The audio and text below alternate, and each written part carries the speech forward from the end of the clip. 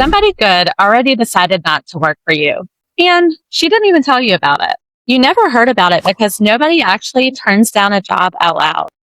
There was no email, no conversation. She probably didn't even come to an interview or apply online when you posted. She just quietly went somewhere else, and you continue to think that you have a hiring problem or that no one wants the roles that you need in your company. Okay, stick with me for a minute because I don't think this is a character flaw for you, and I also don't think it's the job market. Great people are choosing too. That is the piece that almost no one says to a woman who has already built something real. You have spent years thinking of hiring as something that you do, that you're the only one active in. You post the role, you ask for help, you share it with people, you do the interviews, and then you pick someone. And the whole time, people that you haven't met yet and the people that you're actually interviewing have been evaluating the entire time. What the great people are evaluating even before they ever meet you, and if they decide that they're ever going to meet you, is there something worth being a part of long-term here? Most of the time, she decides very quickly, and most of the time, she decides no, and you never find out about it. So today, I am so excited. It is 5 habits that are going to change that answer for the ideal talent that you want to be a part of your business long term. So today is 5 habits that change that answer starting right away. You actually have the ability to lean into all 5 of them this week, and none of them cost money. Now, one of the 5 does something that the other 4 do not. It changes the math of your entire business permanently. And it's the reason a woman that's doing less volume than you can have more profit and have more life. It is not the one of the 5 that you would pick. And I'll tell you when we get there. And I'm going to go ahead and warn you now. Habit 4 is going to sound initially like terrible advice. I'm going to ask you to do the exact thing that every fiber of your being believes will actually make her leave. I get pushback on that one every single time, and I've never once been wrong about it so far. Now let's start with the one that everybody skips. Nobody gives their best work to a task. They give their best work to a destination and a cause. Habit 1, you have to be able to easily say where the business is going and what it is for out loud to the person sitting just a few feet away from you. Now, I want you to notice your reaction to that because most drivers believe that their people already know where you're going. She knows what you are doing. She just has no idea what you're building and definitely no idea what you're building it for. Now, let's take those one at a time because they are 2 different things, very different things, and each one of them deserves its own conversation. I need you to hear both because one does not work without the other, and I'm about to explain why. Start with the vision because that's the one that gets waved and not said enough. The vision is the actual clear picture of the business 3 years from now. Not we are going to grow, not generic words like we're going to get to the next level that everyone throws around. Those are not visions. Those are moods. And nobody can do anything with the mood that someone feels on a Tuesday. A vision has edges. How many people are a part of the organization in 3 years? What do those roles look like? Is there opportunity for the people that are in your organization to grow into those future roles? What are we doing in 3 years that we're not doing today? What have we stopped doing completely by then? What does my week look like? And what does her week look like? Who are we known for serving the most? And what do they say about us when we're not in the room? Now that type of vision is a picture that someone can actually see themselves standing inside. And here is what it buys you. A woman who can clearly see that picture makes 100 small decisions in your favor, in alignment with where you're going, without even having to ask you.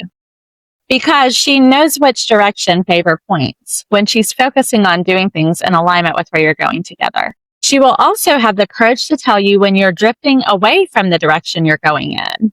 And that is worth more than almost anything you can hire for. Someone who only knows the task can only make one kind of decision, and that's whether or not to do the task and how well.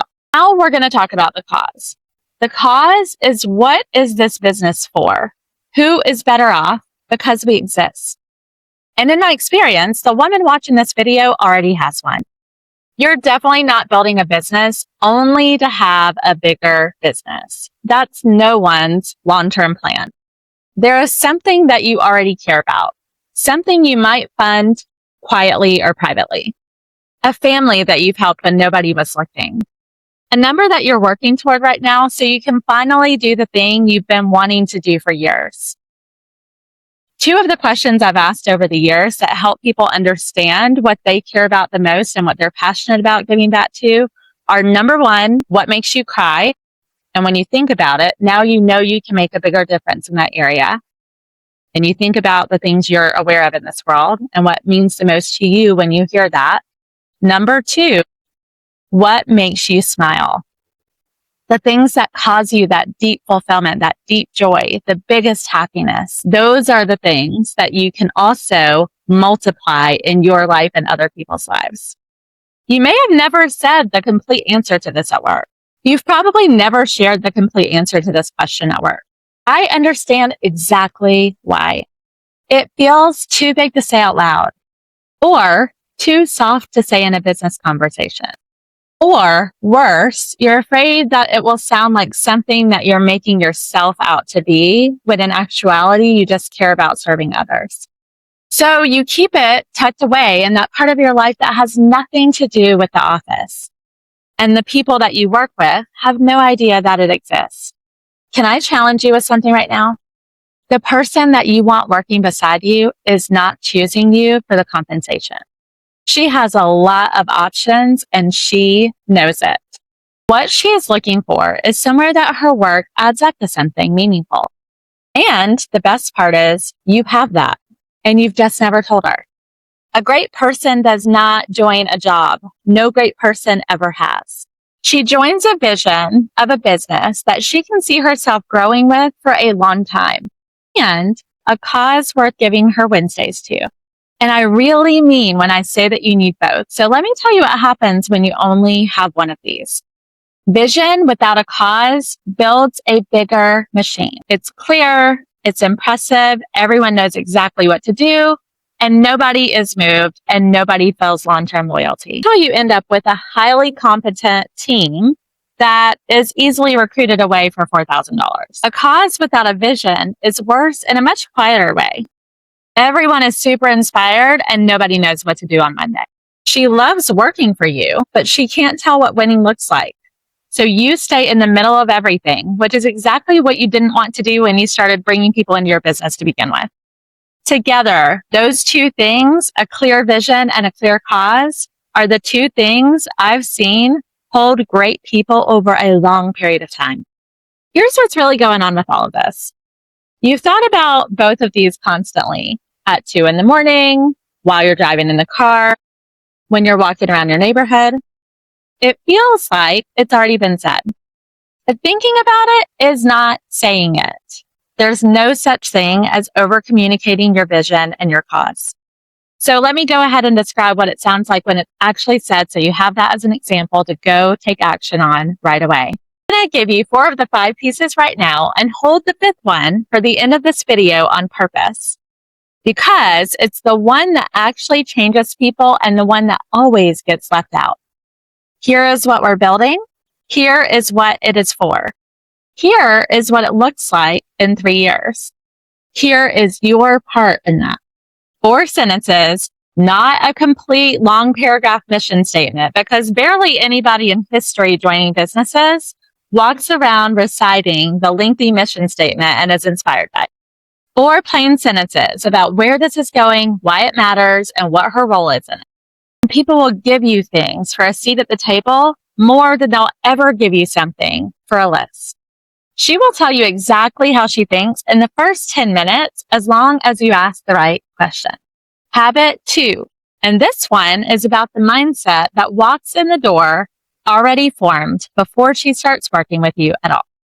Can I be really honest? I'm not going to sit here and tell you everything's your fault. Some people already arrive at the interview thinking in assignments. And some people already arrive thinking in outcomes. That was formed long before she met you, by how she was raised. It was shaped by how she's been managed previously and by what she believes about herself. You cannot install it, but you can absolutely hear it, and almost everybody is listening for the wrong thing. Here's how an interview usually goes. You ask her what she's done, she tells you. You ask her for examples of how she's done work, and she explains that too. She's very prepared, it sounds good, and it's because everyone on earth that has half an ability to think would be able to answer that question well. Try this. Ask her what she would want to own in your business operations instead. Then be quiet and allow her time to think. And listen to how she answers. The task-related person is going to answer with a list of duties. I would handle paperwork, I would tape the calendar, I would answer the phones. Every one of those is a real thing, and none of them actually are outcomes. She is telling you what she would do. A partner or an outcome-related person answers with a result, and if she's not sure, ask you enough questions about the business to be able to answer with a result. She says things like, I want our clients to be so excited about how they work with us that they always send their friends to us. Or, I would want for you to be able to trust me, for you not to always have to answer every single question from the team, so they can come to me instead. It's the same question, but two completely different human beings answering those questions. Now, here's the follow-up question. Ask her about a time that she fixed something that no one asked her to. Someone with an ownership instinct lights up at this question. She has so many stories. She noticed a thing, it bothered her, she did research, she found resources, and she came up with a solution. She has so many examples of this, and she's so proud of it 15 years after doing it. Someone without that instinct pauses and then sometimes responds with just handling a specific task. I hired an operations assistant, and he made a really big mistake. Not a small one, the kind where you actually have to go tell people. And there is a version of that story where I could have taken the work back myself, where I decided to keep it all and then tell myself I'm protecting our agent. Everyone would have been relieved. Instead, we sat down together. We went over the mistake. We reviewed everything, and I had a conversation with him about his future, who he was becoming, and what he actually wanted in life. And at the end of it, he committed to become great in his role. He created systems, and the experience for our agents actually improved above and beyond the standard that we had a conversation about because of that one meeting and because of how quickly we ran to the conversation. I had a really hard conversation with him, but he got the conversation and a glimpse into his future in the same meeting. I told you at the beginning of this that one of these does something that the other four don't. This is not that habit. This is what the habit produces. And I'm going to give you the sentence real quick because once you hear this sentence, you're going to start seeing this everywhere. Effort adds and capacity compounds. Let me explain to you what I that in the plainest way that I know how.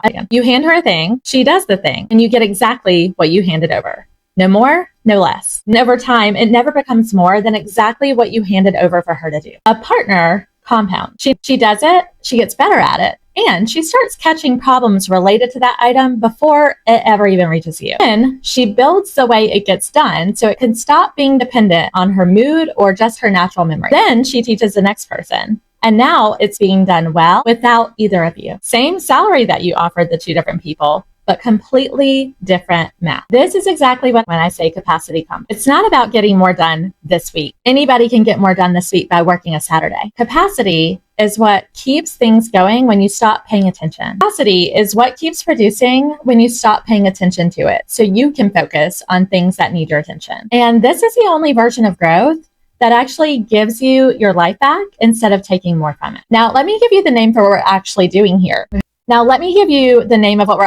here. Because this is the difference between two entirely different businesses. A transactional business runs on production. Closings, listings, revenue can be very large and very successful, and you can be so good at it. And every single decision still runs through. That's not a criticism, by the way.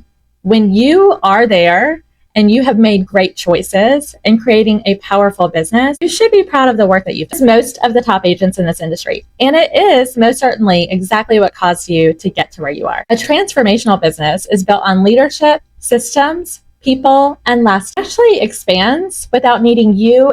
And the doorway between the two is not a system, and it's not a hire. The difference is if your people get developed or just employed. Transformation comes before transactions, and when you place them in priority order, it works every single time. One more thing that happens on the other side of that door, and it is the one I love. Your capacity starts multiplying without you adding headcount. You don't have to become a people collector. I want you to hear that again. You don't have to become a people collector. You don't need 4 more people. You need the one you already have to become the one who builds, decides, and teaches. So which habit actually produces? Everybody usually guesses habit 3 because ownership feels like the big one. It's not habit 3. The one I'm about to give you, and it's the one I told you sounds like terrible advice. The people who stay the longest are the ones who are being built for a far bigger job than they have right now. Here it is, habit 4. Talk to her about her next thing out loud, even when her next thing might not be with you. Every instinct says not to do that. I know that. I warned you about this earlier. If you ask her consistently where she wants to be in 3 years, you're practically asking her to leave you. I have watched that exact logic cost far more good people than any other thing I can name because she already has the ideas. Everyone has access to unlimited ideas. She is already naturally wondering what's next. That's what talent does. The only question is whether she gets to wonder about it out loud with you or quietly in the car when you don't know about it. And quietly in the car alone is exactly where people talk themselves into leaving. When you say to someone, I want to know what you want for your life, and I care about helping you get there, even if it's not here. When you say to someone, I want to know what you want for your life, and I want to help you get there, even if it's not here, something shifts that I cannot really describe until you experience it. She stops managing her ambition around you. She stops playing small.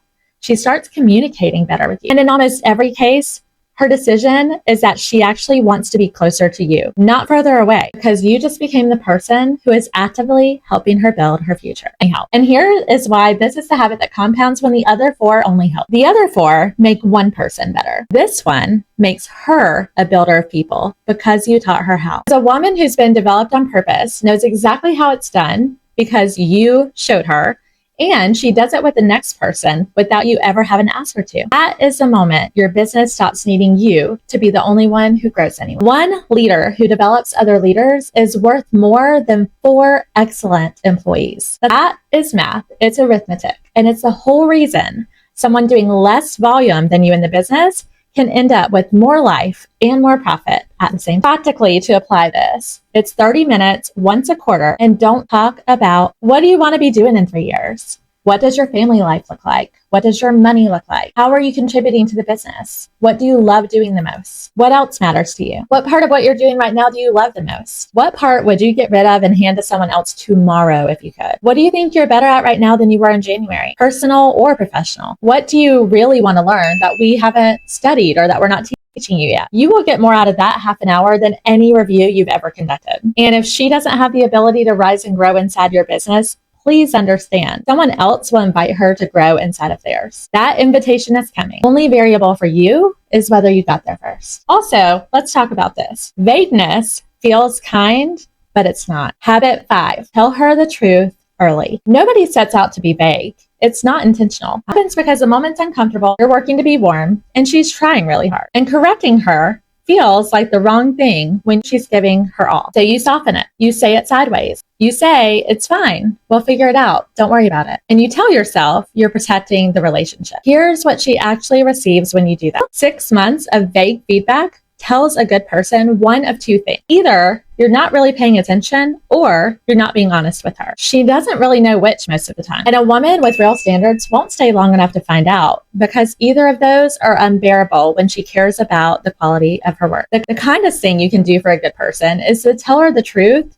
when it's still small. And this doesn't require for you to become someone harder than you naturally are. It sounds like this. Can I give you something on this? Here's what I noticed. Here is what I'd like you to do instead. What do you need from me to help you get there? 4 sentences, and obviously you'll make it your own, but just really kind, really clear, and you're offering that partnership of what does she need from you. You're warm the whole way through and completely clear, and nobody has to be tough guy to do that. Now, the other half of this is the half that gets missed. And it's the part that I'm very sure you're missing right now. Your praise has to be specific too. Saying great job is not praise. Great job is just a reflex, and it's surface level. It costs nothing. And after enough of you just saying great job, she hears absolutely nothing. She stops hearing it entirely. This is praise. The way you handled that client when we had a challenge was excellent. That appraisal came in low and you handled it perfectly. That's exactly the way I would have done it. And I want you to know I really noticed. Hear the difference? One is just surface level fake noise. The other one is information. The second one shows her what good looks like in your business in alignment with the second one shows her what good looks like in your business so she can go do it tomorrow without ever having to ask you. Specific truth,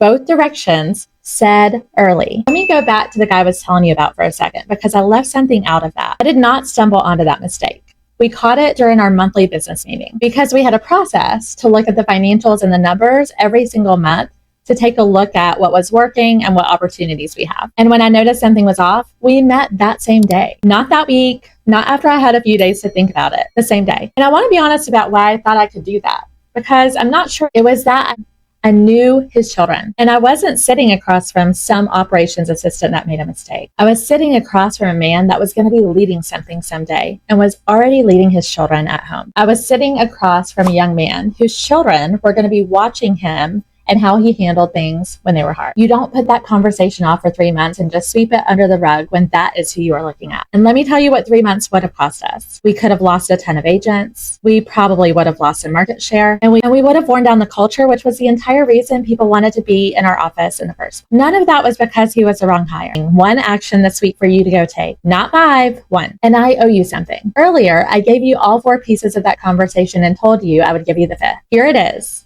And it's your one action for this week. Sit down with the best person you already have, 30 minutes, and tell her, here is what we're building. Here is what it is for. Here is what it looks like in 3 years. Here is your part in it. And here's the 5th part of that. Here is what I want for you inside of it. That is the sentence, not what you want for her. Because the moment you say that out loud, you stopped becoming her employer. You've become something else entirely, and there's no going back from here. You will never be in the old arrangement ever again. Become someone else to her entirely, and you'll never go back to the old arrangement.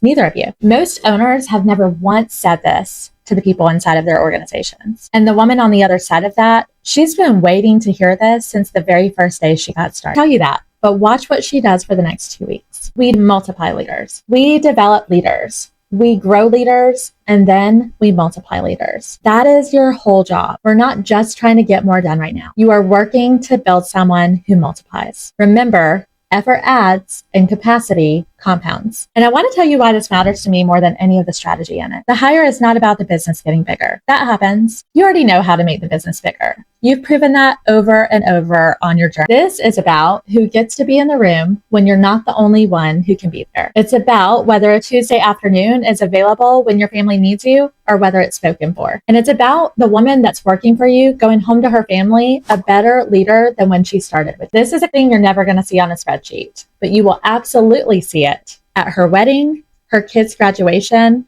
or maybe when she runs something on her own one day and she publicly thanks you for it. And it's about the thing you're quietly building all of this for, the one that you didn't say out loud at work before this. When you finally say it, you stop carrying it all by yourself and people know what you're all about. And here's the magic. You find out who was willing to help you get there. Here's the magic. You find out all of the people that were ready to help you get there. That is legacy. It's not vanity. The people and what you all do together. Profit is not revenue. Profit is a get to keep. And a transformational business is the only kind that helps you build both without quietly billing you for it on your Saturdays. If you want to build your whole plan around this, on September 24th, Drift at Lake Wiley. If you want to build your whole plan around this, on September 24th at Drift on Lake Wiley, we are bringing down Janet Brink to be my keynote speaker. She's going to be in the room with me. Your entire intentional plan for 2027 is being workshopped along other high-level women in the industry. Not another notebook for you to open up in March from your last 12 conferences. The complete plan done before you go home for the day. Tickets close September 4th, and that is right around the corner. And the link is in the description. Your one thing to take into this week.